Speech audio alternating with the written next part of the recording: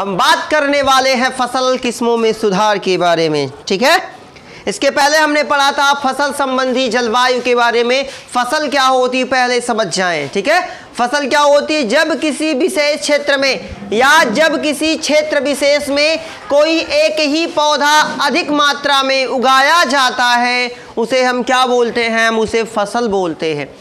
वह पौधा जो किसी क्षेत्र विशेष में उगाया जाता है उसे हम फसल बोलते हैं। जैसे आप किसी भी फसल की बात करें, गेहूं की बात करें, चना की बात करें, मटर की बात करें, ये क्या है? फसली पौधे हैं। और जब यही अधिकता में उगाए जाते हैं तो उन्हें हम कहते हैं फसली या फसल पौधे बोलते हैं। हम बात करेंगे कि क्यों आवश्यकता पड़ी, इसको हमने पढ़ा था कि क्यों आवश्यकता पड़ी फसल की किस्मों में सुधार करने के लिए, है ना। ऐसी क्या आफत आ गई भाई कि हमें किस्मों में ही सुधार करना पड़ा।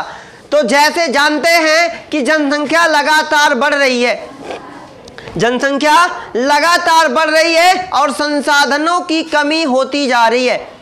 खेती के लिए कौन कौन से संसाधन चाहिए? तो सबसे पहले उसके लिए, फसल के लिए या खेती के लिए सबसे पहले भूमि होनी चाहिए। कहाँ बोएंगे? छत पे, है ना। सबसे पहले क्या चाहिए? भूमि चाहिए। भूमि के बाद हमें चाहिए उर्वरक या खाद चाहिए। इसके बाद हमें सिंचाई के लिए जल चाहिए, सूर्य का प्रकाश चाहिए। समझ रहे हैं ना? इतनी चीजें चाहिए तब कहीं जाके हम फसल उगा सकते हैं।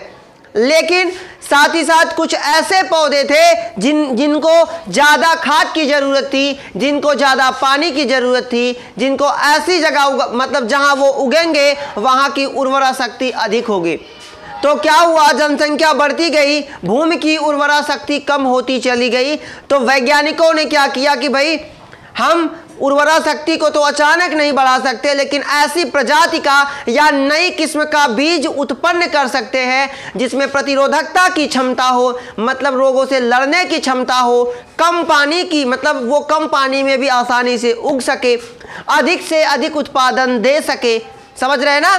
तो ऐसी फसल को क्या किया गया? ऐसी किस्म की फसल का निर्माण या ऐसी किस्म के बीज का निर्माण किया गया जो आसानी से हमें इन सारी क्वालिटी को प्रदान कर सके। तो क्यों किया गया? तो पहला रीजन था कि जनसंख्या काफ़ी तेजी से बढ़ रही है और संसाधन हमेशा या कई दिनों से, कई सालों से धीरे धीरे संसाधन सीमित होते चले जा रहे हैं। मैंने आपको पिछले वीडियो में भी यही बात बताया था कि हम जो भूमि है, जो उर्वरक वाली, यानी कि ऐसी भूमि जिसकी उर्वरा शक्ति अच्छी है, भाई कोई 4 जन है उनके पास अच्छा वाला उपजाऊ खेत है, वहाँ पे वो खेती करते थे। लेकिन अगर उनमें बंटवारा हो गया, बंटवारा होने के बाद कोई भाई अलग होगा, वो जाके उपजाऊ मिट्टी पे क्या बना लेगा? घर बना लेगा। तो भूमि कम हुई कि नहीं? एक संसाधन कम हुआ। तो जब कम होगा तो बंजर वाली भूमि, वैसे भी हम 40% भूमि को बंजर बना रहे हैं, हम ज़्यादा से ज़्यादा यूरिया का इस्तेमाल कर रहे हैं, उर्वरक का इस्तेमाल कर रहे हैं, कीटनाशक का, है ना, कीटनाशी का प्रयोग कर रहे हैं, जिससे भारत की 40% भूमि बंजर हो चुकी है। समझ रहे हैं ना? बंजर भूमि किसे कहते हैं? वह भूमि जिस पर किसी चीज की उगाई या किसी चीज को हम उगा नहीं सकते या कोई फसल नहीं उगा सकते, उसे हम बोलते हैं बंजर भूमि। समझ गए बात को? तो क्या होता है, हमने क्या क्या सुधारा, हमने फसल में क्या क्या चीजों को सुधारा, वही हम समझने वाले हैं। तो पहला पॉइंट होता है संकरण। सुधारे कैसे? तो संकरण के द्वारा, मेंडल के प्रयोग में या मेंडल का जब नियम आपको पढ़ाया गया था उसमें बताया गया था। तो संकरण कहते किसे हैं? तो दो विपरीत या अलग अलग, ठीक है, दो अलग अलग जाति वाले या लक्षणों वाले पौधों के जीनों को आपस में मिलाने की प्रक्रिया क्या कहलाती है? संकरण कहलाती है। ठीक है, और वह पौधा जिसमें 2 जीवों के लक्षण पाए जाते हैं उसे हम बोलते हैं संकर पौधा, जिसे हम इंग्लिश में बोलते हैं हाइब्रिड। समझ गए? वह पौधा जिसमें 2 जीवों के या 2 पौधों के लक्षण पाए जाएं उसे हम बोलते हैं हाइब्रिड पौधा। क्यों जरूरत पड़ी? मैं आपको एक बेसिकली एकदम सामान्य सा उदाहरण दे रहा हूं कि पहले क्या होता था, जो जंगली पौधे आप देखते हैं ना, आपके घर एक गाय बांधी होगी, एक तो जंगल वाला सांड होगा भाई साहब जो घूम रहा है फ्री में, है ना। आप देखिए उससे अपने घर वाले को कंपेयर कीजिए, देखिए आपके घर वाला एकदम मरैला जैसा होगा बेचारा, है ना, कब मतलब कब इधर से कुबर निकला होगा, इधर की हड्डी दिख रही होगी, उधर की हड्डी। जंगल वाले को कौन, आप तो उसको टाइम टू टाइम पानी देते हैं, खाना देते हैं, ना, देते कि नहीं देते, दर्रा वगैरह सब ला के पूरा एकदम बरसिंग वगैरह काट के ला के भूसा दर्रा सब दे रहे हो, फिर भी वो बेचारा पतला है। और जो उधर घूम रहा है, जो बाहर घूम रहा है, खुले में जंगलों में घूम रहे हैं, वो क्या है, क्योंकि उनमें प्रतिरोधकता की क्षमता ज़्यादा, उसका जो मन करेगा वो खाएगा। अरे भैया कब वो गेहूँ खाएगा, बरसिंग खा के सलाद बना लिया, है ना, कब वो गेहूँ खाएगा, कब वो धान खाएगा, कब वो सरसों खाएगा, लहसुन खाएगा, प्याज खाएगा। और तुम्हारे यहाँ भूसा खाएगा, दर्रा खाएगा, दर्रा खाएगा भूसा खाएगा, भूसा खाएगा दर्रा खाएगा, दर्रा खाएगा भूसा, बस इससे आगे नहीं बढ़ेगा। बहुत बहुत कब वो खुश हो गया मलिकार तो दूध बढ़ा के वो डाल देगा, दर्रा थोड़ा सा और बढ़ा के डाल देगा, और बहुत हो गया तो थोड़ा सा वो ना कुछ हरा वाला चारा ला के डाल देगा, इससे आगे वो बढ़ेगा बेचारा। एक दिन डालेगा तो 4 दिन का बताएगा भाई कल ये तुमको लेके आया था ना दर्रा, खाओ, खा नहीं रही है ना, बस ये इतना ये बढ़ सकते, इससे आगे बढ़ते ही नहीं। तो वही होता है, पहले ऐसे ही पौधे थे जिनमें 2 तरीके के पौधे, एक जंगली पौधे थे, एक फसली पौधे। तो फसली पौधों के अंदर क्या थी, रोगों से लड़ने की क्षमता नहीं थी, और जो जंगली पौधे थे उनके अंदर रोगों से लड़ने की क्षमता थी। कहने का मतलब रोग प्रतिरोधकता। जो फसली पौधे जिनको हम अपने खेतों में बोते हैं, है ना, उन क्या होते हैं, उनमें रोग से लड़ने की क्षमता कम थी। मतलब अगर 4 फसल लग जाती थी, चारों को 4, और जब लास्ट टाइम आता था 1 ठो बचता था, 2 ठो बचता था। जंगल में 5 ठो फल लगता था, 5 को 5 बचता था। तो जब वैज्ञानिकों ने शोध किया कि भाई ऐसी क्या क्वालिटी है इस जंगल वाले पौधे के अंतर्गत, इसके अंदर ऐसी क्या क्वालिटी है, क्या क्षमता है, क्या एबिलिटी है कि ये भाई इसके 5 के 5 फल बचे रह जाते हैं और हमारे फसली वाले में खत्म हो गए। तो पता चला, कई शोध के बाद पता चला, प्रयोगों के आधार पे पता चला कि भाई जो ये जंगल वाला पौधा है इसमें रोगों से लड़ने की क्षमता है, और जो फसली पौधा है इसमें उत्पादन की क्षमता है। मतलब ये बहुत ज़्यादा उत्पादित कर सकता है, फसली पौधा बहुत ज़्यादा उत्पादन कर सकता है, लेकिन जंगली वाला रोग से लड़ सकता है, लेकिन उत्पादन ज़्यादा नहीं कर सकता। तो कुछ ऐसा किया जाए कि इन दोनों के जीन को आपस में क्या कर दिया जाए, मिला दिया जाए। मिला देंगे तो उत्पादन भी ज़्यादा होगा और रोगों से लड़ने में क्षमता भी ज़्यादा हो जाएगी। तो 2 अलग अलग लक्षणों को आपस में मिलाने की प्रक्रिया क्या कहलाती है, संकरण कहलाती है।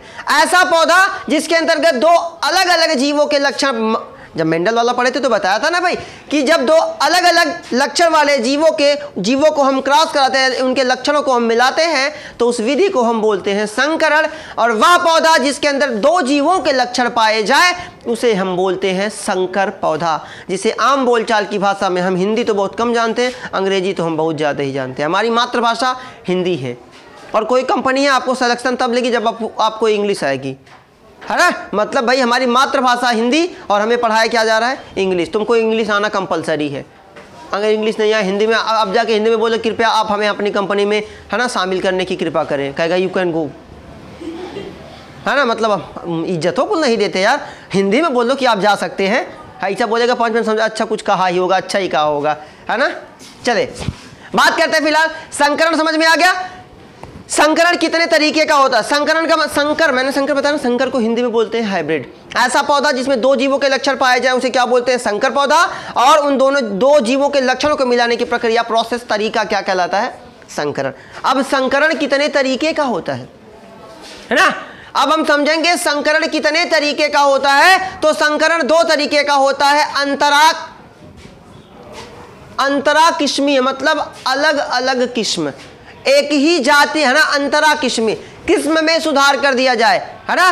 किस्म के में मतलब अलग अलग जाति के, दोनों क्या करना है, दोनों अलग अलग जाति के हमें बीज लेने हैं, जिनको हम क्या करना है, उनके लक्षणों को क्या कर देना है, मिला देना है। आप देखते हैं ना, गेहूं सोनालिका वाला गेहूं है ना। धान वगैरह में आप नहीं देखते, कोनो डंकल लेके आता है तो कोनो सोनम लेके आता है, कोनो सोनालिका लेके आता है, लेके आते कि नहीं लेके आते हैं। तो क्या लेके आते हैं उसमें, अब भाई दोनों के जीनों को मिला दे। मान लेते हैं सोनम में उत्पादन की क्षमता ज़्यादा है ना, और डंकल वाले में रोग से लड़ने की क्षमता ज़्यादा है, तो दोनों को हम मिला देंगे, और मिलाने के बाद जो बनेगा हम उसे बोलेंगे अंतर किस्मीय बीज। पॉइंट समझ में आ गया कि नहीं आ गया। चलो आगे बात करते हैं भाई, अंतरा स्पीसीज या अंतरवंशीय, है ना। जब 2 एक ही जाति की, 2 अलग अलग जाति, इधर समझना पॉइंट को, वंश क्या है, अंतरावंशीय, जो वंश है उनका अलग अलग, समझ रहे हैं। इसमें क्या करना था, एक ही जाति का दोनों का लेना था, अलग अलग। भाई मान लेते एक गेहूं ऐसा है, दोनों गेहूं है, है ना।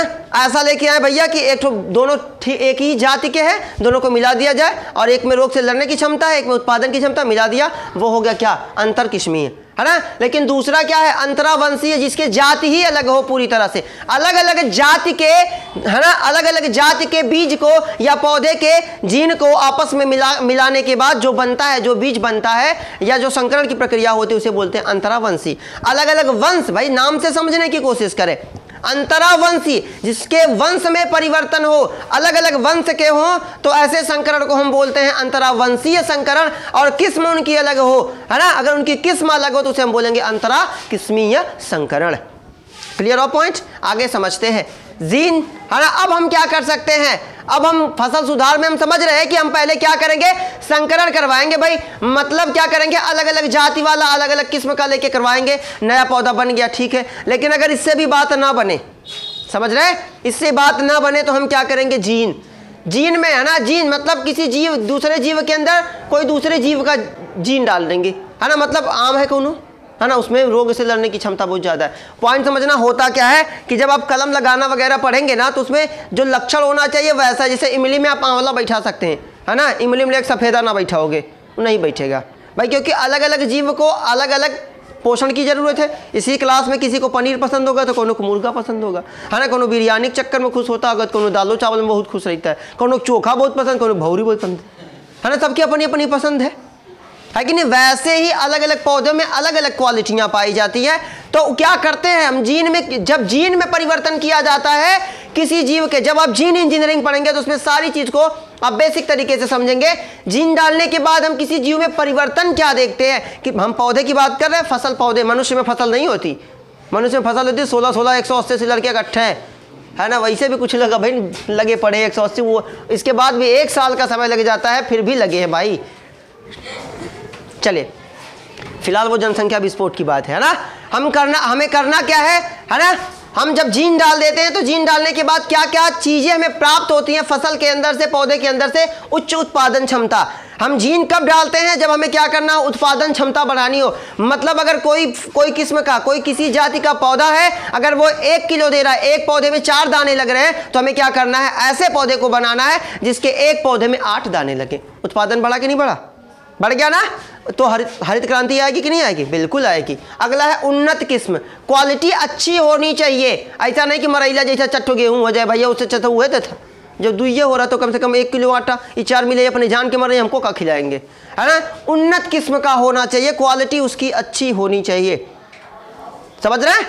आगे बात करते हैं जैविक तथा अजैविक प्रतिरोधकता। जिस बीज का हम निर्माण कर रहे हैं, जिस पौधे का हम निर्माण कर रहे हैं, उसके अंदर दोनों प्रतिरोधकता, जैविक अजैविक। जैविक का मतलब वे चीजें जो जीवित हैं और पौधे को प्रभावित करती हैं, उनसे लड़ने में वो सक्षम हो। दूसरा, वे चीजें जो जीवित नहीं है, जो अजैविक है, उनसे भी लड़ने में वो क्या हो, सक्षम हो। पॉइंट हम समझेंगे कैसे, रोग से, कीट से, है ना। आधे पौधे होते हैं भैया, हो तो गए, खड़े हो गए, भिंडी वगैरह लगा दिया, अब भिंडी अपने जान के मर रही है, ऐसे आंख बंद कर रहे, अब वो बेचारी का बताओ तुमको खिलाएगी क्या, वो खुदे रोग से परेशान है कि नहीं। तो भाई उसे रोग से लड़ने की क्षमता होनी चाहिए। ये क्या है, जैविक कारक, ठीक है, जैविक प्रतिरोधकता। वो अपने रोग को स्वयं ठीक कर ले, उसके अंदर ये एबिलिटी, ये क्षमता होनी चाहिए। दूसरा, कीटों से, वो अपने आप को कीटों से बचा सके, उसके अंदर वो प्रतिरोधकता कि अगर कोई कीट जाए तो वो उससे संक्रमित ना हो। मच्छर बैठ जाए तो पता चले भिंडी बीमार हो गई, समझ रहे हैं। ऐसा कोई मतलब भाई, जैसे भिंडी बीमार नहीं होगी, लेकिन कीटों से बचने में भी उसे क्या होना चाहिए, प्रतिरोधकता की क्षमता। कीटों से बचने वाले भी उसके अंदर प्रतिरोधकता होनी चाहिए। मतलब जैविक प्रतिरोधकता, वे चीजें जो जीवित हैं, जो रोग फैलाते हैं, वो भी जीवित होंगे, जीवाणु वगैरह जो होंगे। कभी पूछा जाता है पौधों में सबसे ज़्यादा जो रोग होते हैं वो किसकी वजह से होते हैं, बिना सोचे समझे जीवाणु पे मार के चले आना, समझ रहे हो। मतलब कुछ देखना ही नहीं, क्योंकि वायरस की वजह से उसमें बहुत कम रोग होते हैं, ठीक है। कुछ रोग ऐसे होते हैं जो विशेष रोग होते हैं, वो अगर आपसे कभी भी पूछे जाए पेड़ पौधे में सबसे ज़्यादा रोग किसकी वजह से होते हैं, तो बैक्टीरिया, जीवाणु की वजह से, मार के फटाक से चले आओ, कोई मतलब देखना भी नहीं। तीसरा का ऑप्शन वो मत देखना, समझ रहे हैं? ऑप्शन आप देखना ही मत, क्योंकि सबसे ज्यादा उसमें किसकी वजह से होता है? जीवाणु की वजह से होता है। तो समझ गए कि क्या होगा जब ऐसे पौधे की उत्पत्ति करेंगे तो उसमें उच्च उत्पादन की क्षमता होनी चाहिए, उन्नत किस्म का होना चाहिए, और जैविक प्रतिरोधकता, जीवों से लड़ने की क्षमता या जीवों से जो रोग फैलाए जाते हैं उनसे लड़ने की क्षमता, चाहे हम बात करें रोग की, चाहे हम बात करें कीट की, इनसे लड़ने की उनके अंदर क्षमता होनी चाहिए। बात करेंगे अजैविक प्रतिरोधकता, वे चीजें जो जीवित नहीं है उनसे लड़ने की क्या होनी चाहिए? क्षमता। जैसे सूखा, भाई मान लेते हैं पानी देने का समय है कि फसल को हम 10 दिन के बाद पानी देते हैं नॉर्मली। अब किसी कारणवश से हम 10 दिन के बाद हम 10 दिन पे ना दे पाए तो 15 दिन चला जाता है, 20 दिन चला जाता है, तो अब यहाँ पेड़ अपने आप सूख जाए, है ना? नहीं, उसके अंदर ऐसी क्षमता होनी चाहिए कि अगर 10 दिन का टाइम है तो 15 दिन 17 दिन तक वो चला जाए। इतना लेट कोई वैसा नहीं करता, लेकिन उसके अंदर, उस पौधे के अंदर ये क्षमता होनी चाहिए भाई, वरना उसका पूरा साल का नुकसान जाएगा ना। अब जो गेहूं का उत्पादन किया है, साल में हम एक ही बार तो गेहूं का उत्पादन करते हैं, है कि नहीं? एक ही बार भैया करते हैं। तो अब बताइए, अगर वो हमारे घर पे कोई, मान लेते हैं भगवान न करे किसी के घर ऐसा हो, अगर कोई एक्सपायर वगैरह कर गया तो 10 दिन भरना, तो 13 दिन तो वैसे ही चल गया, है ना? नहाएंगे, आएंगे, छिलवाएंगे, फिर व्यवस्था देंगे, है ना? उसके बाद 2 दिन के बाद तो खाली होंगे, जब मेहमान जाएंगे तो 15 दिन खत्म, तो 15 दिन में पता चला गेहूं तो कुल गया। तो उस पौधे के अंदर क्या होना चाहिए? रोगों से लड़ने की क्षमता के साथ साथ सूखे और गर्मी ठंडी को झेलने की क्षमता भी होनी चाहिए। ऐसा नहीं बहुत ज़्यादा गर्मी पड़ गई तो गेहूं खड़ा एकदम खत्म, है ना? मतलब दाना जरा सा भी नहीं लगा, वो खड़े हो गए भाई, तब खत्म हुए, है ना? ठंडी लग गई, वो खत्म है, कोई मतलब नहीं। तब ऐसी उत्पादन, ऐसे फसल का उत्पादन कोई करेगा? नहीं करेगा, बिल्कुल नहीं करेगा। आगे परिपक्वन काल, आजकल ये बहुत तेजी से देखा जा रहा है। अब देख रहे हैं गेहूं का सीजन चल रहा है ना, कुछ महापुरुष इतने चालाक होते हैं कि सबसे कच्चे मार देते हैं। बगल पड़ोसी वाले का कट गया, मानव एक ऐसा प्राणी है, अगर वो अपने दुख से नहीं परेशान है, पड़ोसी के सुख से परेशान है। अगर बगल वाले का खेत में अगर गेहूं वगैरह पक गया बेचारे का उसका, तो वो काट रहा है तो ये कच्चे मारेंगे, ये ससुरा कैसे जाएगा? अरे भैया थोड़ा सा हो जाने तो 2-4 दिन आगे, क्या 2-4 दिन पीछे, है ना? उत्पादन आराम से किया जाता है। जानते हैं, जब आप फसल को कच्चा काट देंगे तो उसका जो दाना होता है वो सिकुड़ जाता है। समझ रहे हैं ना बात को? तो वो सिकुड़ जाएगा। लेकिन यहाँ पता नहीं कितनी जल्दी, उसके बाद खाली रहना है, मई जून खाली रहता है। कौन का कड़ी बोने जा रहा है? लेकिन यहाँ तो बंसोरा का वैसे तांडव मचा पड़ा है। समझ रहे हैं? तो समझिए, सूखा और गर्मी, ठंडी से बचने की क्षमता, परिपक्वन, उसको परिपक्व। आप देखते हैं ना, पहले आता था गेहूं नॉर्मल होने में 4 महीना 5 महीना, अब 90 दिन में गेहूं है ना? 60 दिन में गेहूं है, 60 दिन में गेहूं तैयार, है ना? 70 दिन में गेहूं तैयार। तो ये क्या है? परिपक्वन का समय। परिपक्वन काल का मतलब उसे परिपक्व होने में कितना समय लगेगा, तो जितना कम से कम समय लग सके उसके बढ़ने में, है ना, परिपक्व होने में, उतना ही अच्छे क्वालिटी का। अब ऐसा नहीं कि कम समय में पक गया, रोग से लड़के खत्म मामला, ठीक है? उन्नत किस्म का ये नहीं, उत्पादन चट्टो दाना लगा है 90 दिन में। समझ रहे हैं ना? तो क्या होना चाहिए? ये सारी क्वालिटी उसके अंदर होना चाहिए। उच्च उत्पादन होना चाहिए, उन्नत किस्म होनी चाहिए, जैविक अजैविक प्रतिरोधकता, और परिपक्वन का जो समय होना चाहिए वो कम से कम होना चाहिए। भाई कम समय में अगर मान लेते हैं 2 महीना में गेहूं हो तो 2 बार ना बोलेंगे, कुल नहीं बोलेंगे। अब तो कुछ महापुरुष तो ऐसे जो जनवरी में जाके बोए हैं, फरवरी में बोए हैं गेहूं, बताओ कब होगा, है ना? कहने का मतलब क्या? अगर परिपक्वन काल मतलब उसके परिपक्व होने का समय कम होगा तो हम 2 बार उत्पादन कर सकते हैं कि नहीं कर सकते? इन फ्यूचर हम देखेंगे इसको, ठीक है? आगे व्यापक अनुकूलन, वह पौधा अपने आप को वातावरण के अनुकूल ढाल सके। मतलब गर्मी वाला, अगर मान लेते कोई फसल है वो गर्मी वाली है और अचानक से मौसम क्या हो जाए, बारिश वगैरह हो जाए, मौसम ठंडा हो जाए, तो भाई साहब तो गए। इस सूखा मतलब ये वाला, पानी झेल ही नहीं पाएंगे, इनको पानी पसंद है नहीं, बरसात कैसे हो गई, गए। नुकसान हुआ कि नहीं किसान का? हुआ ना? तो ऐसी क्या होना चाहिए उसमें? व्यापक अनुकूलन, कोई भी मौसम हो वो अपने आप को उसके हिसाब से क्या कर ले, ढाल सके, अनुकूलित कर सके, ऐसी किस्म का होना चाहिए वो, ठीक है? अगला टॉपिक ऐच्छिक सस्य विज्ञान, है ना? ये थोड़ा सा इंपॉर्टेंट है, थोड़ा सा क्रिटिकल है। इसमें होता क्या है कि इसकी शाखाएं या जैसी ऐच्छिक सस्य, जैसा कोई किसान चाहता है कि ये पौधा ऐसा हो वैसा होना चाहिए। मतलब किसान चाहता है भैया कि मेरा एक ठो जगह से धनमा इतना पतील का लगा, कहते हैं वो सोचते इतना मोट का हो जाए पूजवा, है ना? नहीं कहते इतना मोटे से हो जाए। इतना मोटा होने का मतलब क्या है, इतना मोटा हो जाएगा तो बहुत ज़्यादा धान लगेगा। तो जैसा कोई किसान चाहता है, विज्ञान अगर वैसे ऐच्छिक मतलब इच्छा के हिसाब से अगर कोई विज्ञान उसे क्या करता है, प्रदान करता है, तो उसे हम बोलते हैं ऐच्छिक सस्य विज्ञान, है ना। मतलब हम जैसा चाहते हैं वैसा, जो चीज़ हम जैसे जैसे चाहते हैं वो हमें हर चीज़ तो थोड़ी मिलती है ना। हर आदमी क्या क्या किसके क्या क्या सपने, कौन जहाज़ खरीद रहा है, कौन क्या खरीद रहा है, सबके अपने अपने सपने। फिलहाल पॉइंट समझते हैं, फसल उत्पादन में प्रबंधन। अब हम तो समझ गए भैया, हमने फसल, हम बीज हम पा गए। अब हमें प्रबंधन में क्या क्या करना है, मैनेजमेंट में क्या क्या करना है, कैसे किसी पौधे की उत्पत्ति होती है, वो हम समझते हैं। फसल उत्पादन प्रबंधन के लिए सबसे पहले हमें पोषक देना पड़ता है। भैया बुआई अब हो गई, ठीक है, अब हमें क्या देना है, पोषण देना है, पोषक तत्व प्रदान करने। तो सबसे पहले उसे पोषक तत्व कौन देता है, तो पौधे को सबसे पहले कौन देता है पोषक तत्व, वायु देती है। खेत की जुताई क्यों की जाती है, हाँ क्यों की जाती है, ताकि प्रांजल भाई आराम से सो सके, समझ रहे कि नहीं। क्यों दी जाती है, ताकि जो उसके जो कण होते हैं वो आसानी से क्या करे, वो हवा चारों तरफ हवा आर पार हो सके, है ना। मतलब उसके कणों के बीच हवा आसानी से आर पार जा सके, जिसकी वजह से अंकुरण आसानी से हो सकता है। समझ रहे हैं ना भाई आप। भाई अगर ऐसे अंकुरण कर, अगर बीज को बो के उसके ऊपर कुछ ईंटा बड़का बड़का सरिया, तो कहाँ से निकलेगा ईंटा, छेद के निकलेगा बेचारा, खत्म हुआ वाला। समझ रहे हैं ना। इसीलिए पाटन जिसको कहते हैं गांव में, हेंगाई वंगाई जो की जाती है वो इसीलिए की जाती है ताकि आसानी से बीज का अंकुरण हो सके। अगला टॉपिक समझते हैं, वायु द्वारा।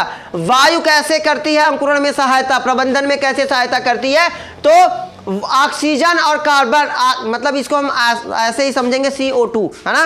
कार्बन डाइऑक्साइड और ऑक्सीजन का आदान प्रदान कब होता है, जब पौधे क्या करते हैं, प्रकाश संश्लेषण की क्रिया करते हैं। अगर हवा नहीं होगी तो ऑक्सीजन नहीं मिलेगा, कार्बन डाइऑक्साइड नहीं मिलेगी और प्रकाश संश्लेषण नहीं होगा, और प्रकाश संश्लेषण नहीं होगा तो पौधा कभी वृद्धि कर ही नहीं सकता, विकास कभी कर ही नहीं सकता, ठीक है। अगला टॉपिक, जल द्वारा। जल क्या प्रदान करता है, तो जल पहले, जल फार्मूला होता है H2O, है ना। इसे कौन लेके आता है, जल पौधे को कौन प्रदान करता है, तो वो प्रदान करता है भाई जाइलम। हम जानते हैं ना, जाइलम और फ्लोएम पौधों में संवहन तंत्र का काम करते हैं। तो जाइलम जमीन के नीचे से पानी लेके आता है। 1 नंबर का बहुविकल्पी क्वेश्चन है कि पौधों में जाइलम क्या काम करता है, तो जल का वहन करता है। ऑप्शन में कई रहेगा, तो जाइलम जल, जाइलम जल, जाइलम जल, ठीक है, याद रखेंगे।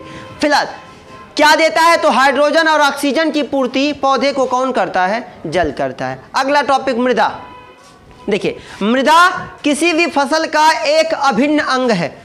अभिन्न का मतलब बिना मृदा के तो कभी फसल उगाई ही नहीं जा सकती, ठीक है, क्योंकि मृदा में कई सारे पोषक तत्व पाए जाते हैं। हम बात करें, है ना, आयरन की बात करें, कैल्शियम की बात करें, नाइट्रोजन की बात करें, फास्फोरस की बात करें, पोटेशियम की बात करें, जल की बात करें, वो उसे कौन प्रदान करता है, मृदा प्रदान करती है। कौन प्रदान करता है, मृदा प्रदान करती है, जिसे शॉर्ट फॉर्म में हम NPK बोलते हैं।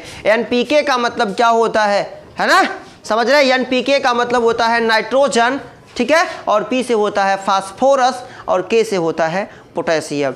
इतने सबसे ज़्यादा पोषक तत्व पौधे को चाहिए, तो यही चाहिए NPK। अगर पौधे को ये नाइट्रोजन वृद्धि कर देगा, समझ रहे हैं ना, नाइट्रोजन, पोटेशियम और फास्फोरस, ये 3 ऐसे पोषक तत्व हैं जो स्पेशली किसे चाहिए, पौधे को चाहिए। अगर मृदा के द्वारा प्रदान किए गए तत्वों को हम 2 कैटेगरी में रखते हैं, पहला होता है बृहत पोषक तत्व और दूसरा होता है सूक्ष्म पोषक तत्व।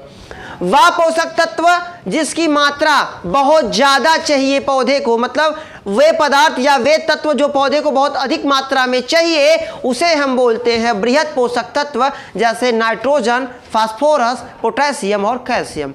याद रखेंगे कि बृहत पोषक तत्व में कौन कौन आता है, तो नाइट्रोजन, पोटेशियम, फास्फोरस और कैल्शियम। यानी कि हम कह सकते हैं पौधों को सबसे ज़्यादा अगर कोई तत्व चाहिए तो ये चारों हैं, ठीक है।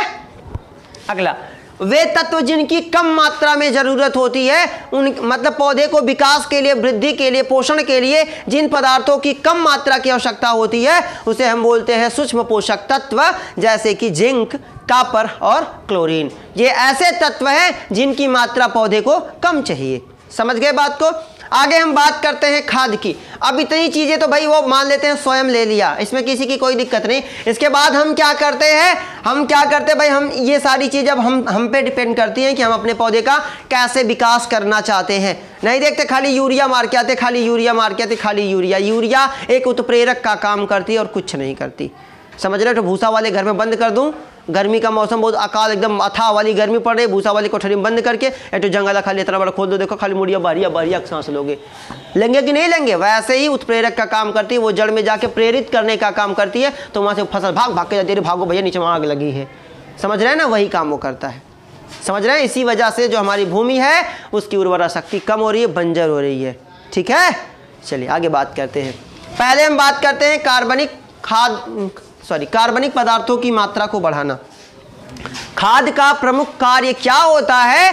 तो खाद क्या करती है? कार्बनिक पदार्थों को क्या करती है? उसकी मात्रा को बढ़ा देती है। खाद उर्वरक में अंतर इसके बाद मैं आपको बताऊंगा, ठीक है, क्योंकि वो बहुत इंपॉर्टेंट है। बात करेंगे खाद कितने तरीके से हम बना सकते हैं। तो पहली खाद होती है कंपोस्ट खाद, है ना। हमारे घर पे फलों, है ना, आदि के अवशेषों, पौधे के टहनियाँ, पत्ती वगैरह, बाग वगैरह में जो खाद सड़ के स्वयं बनती है उसे हम बोलते हैं कंपोस्ट खाद। वो जो स्वयं बनती है पत्तियों वगैरह के सड़ जाने से, जैविक पदार्थों के अपघटन से पत्तियां वगैरह टूट के बाग वगैरह में गिर जाती हैं और वो सड़ के जिस खाद का निर्माण करती हैं उस खाद को हम बोलते हैं कंपोस्ट खाद। इसे बनाने के लिए किसी की कोई ज़रूरत नहीं है, वो अपने आप सड़ के स्वयं बन जाएगी, खाली उठाना है, ले जाके फेंक के आना है। समझ गए बात को? आगे बात करते हैं वर्मी कंपोस्ट। वह खाद जो किसी क्षेत्र विशेष में किसी जीव के द्वारा बनाया जाता है। जैसे केचुआ क्या काम करता है कि वो किसी भी मिट्टी को चाल कर उसे उपजाऊ बनाता है। कोई मिट्टी अधिक उपजाऊ कब होगी? जब उसके कण जितने छोटे छोटे हो जाए वो क्या होगी? उतनी ज़्यादा उपजाऊ होगी। समझ रहे हैं ना? तो वर्मी कंपोस्ट में कौन सी खाद कैसे कैसे आती है? तो उसे केचुआ वगैरह छोटे छोटे जीव बनाते हैं। जैसे इसकी खासियत क्या होती है कि ये कभी बदबू नहीं करता। बाग वगैरह में जाते तो आम की पत्ती सड़ जाती है तो बदबू करती है ना। प्रदूषण नहीं होता, इससे कोई प्रदूषण भी नहीं होता। पॉइंट जरूर याद रखना कि वर्मी कंपोस्ट में केचुआ वगैरह जो खाद बनाते हैं उसे वर्मी कंपोस्ट हम बोलते हैं, जिससे कोई बदबू नहीं होती, कोई प्रदूषण नहीं होता। जबकि उर्वरक वगैरह से, कीटनाशक से पर्यावरण प्रदूषित होता है। अगला टॉपिक समझते हैं हरी खाद। एकदम आसान है, हरी खाद में ढैंचा वगैरह आता है ना।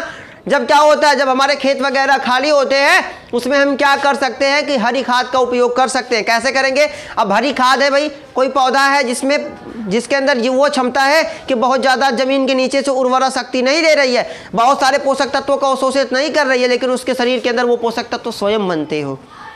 समझ रहे हैं? मतलब पौधे को चाहिए भैया नाइट्रोजन पोटेशियम, है ना, नाइट्रोजन फास्फोरस, और क्या चाहिए भैया? पोटेशियम, है ना, और कैल्शियम चाहिए। तो एक पौधा हम ऐसा बनाए जो क्या करे, जब बड़ा हो जाए तो उसके अंदर वो जमीन से ना नाइट्रोजन ले ना पोटेशियम ले, है ना, समझ रहे? ना पोटेशियम ले, ना फास्फोरस ले, ना कैल्शियम ले, लेकिन उसके अंदर इनकी मात्रा पाई जाए। और जब खेत में हम उनको जुतवा दें भैया, तो वो हरा मतलब हरे, जब जैसे ही वो बड़े हो उन्हें हम खेत में क्या कर दें? उनकी जुताई करा दें और हमारे खेत में इनकी ये पोषक तत्वों की मात्रा क्या हो जाएगी? बढ़ जाएगी। और बढ़ जाएगी तो हमारा उत्पादन क्षमता बढ़ेगा कि नहीं बढ़ेगा? बिल्कुल बढ़ेगा। अगला टॉपिक है भाई, है ना, इससे लाभ क्या होता है? तो इससे कोई प्रदूषण नहीं होता, है ना, इससे कोई, देखिए पहली चीज तो प्रदूषण नहीं होता और पोषक तत्वों की पूर्ति हो जाती है। जितने पोषक तत्वों की जरूरत होती है उतने पोषक तत्वों की पूर्ति इसके द्वारा हो जाती है। ठीक है, ये था आपका बहुत इंपॉर्टेंट टॉपिक। अब हम आगे पढ़ेंगे, अगले वीडियो में हम जानेंगे खाद और उर्वरक में प्रमुख अंतर क्या होता है। ठीक है, किसका उपयोग हमें करना चाहिए। Best of luck.